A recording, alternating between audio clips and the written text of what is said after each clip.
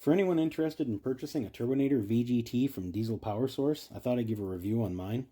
As far as I know, I was the fourth person to pre-order one, and initially I was very excited about getting one because VGT turbos are years ahead of wastegated and non-wastegated turbos. I run a compound setup, so it took some time to get everything working together, but there was definitely a noticeable improvement in spool up. Then I took it for its first real trip. Around 200 kilometers, it felt like something was off. There was surging and I was getting really high drive pressure. By the time I got it home, the actuator would go out at 120 pounds of shop air, but it would just stay there. I took it apart and cleaned everything, but it was still tight when I put everything back together. So much so that when I tightened everything up to torque spec, nothing would move at all. So I contacted Diesel Power Source and I sent them a video of what was happening. They told me if I wanted warranty on it, I would have to pay the shipping to ship it back to them for an inspection, and then I'd have to pay to ship it back to myself.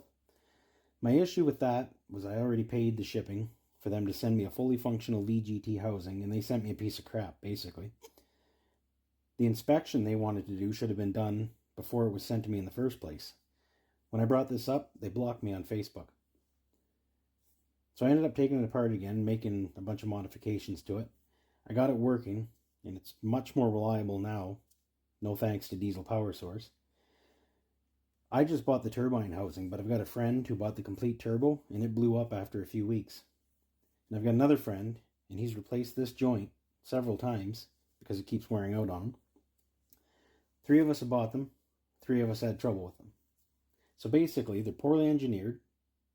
There's little to no quality control. And once they've got your money, there's no customer service. For the little bit of improvement you'll see in spool up, it's not worth the cost or the risk that you'll have problems.